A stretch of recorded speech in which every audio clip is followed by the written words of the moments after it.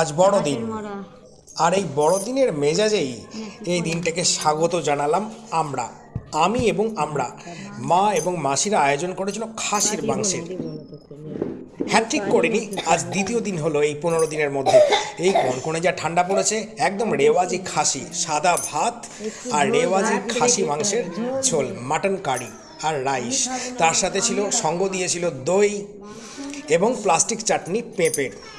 আর রান্নাও হয়েছিল ভোজবাড়ির মতো অসাধারণ। এবং মুখশুদ্ধির আয়োজন করেছিলাম পান দিয়ে।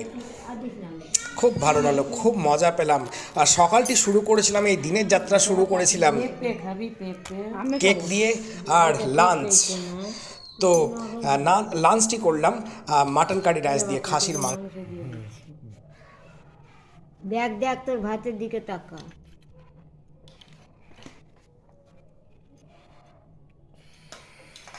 তোরটা নে না, তুই ভাত তুই বস না, আমি ভাত নিই।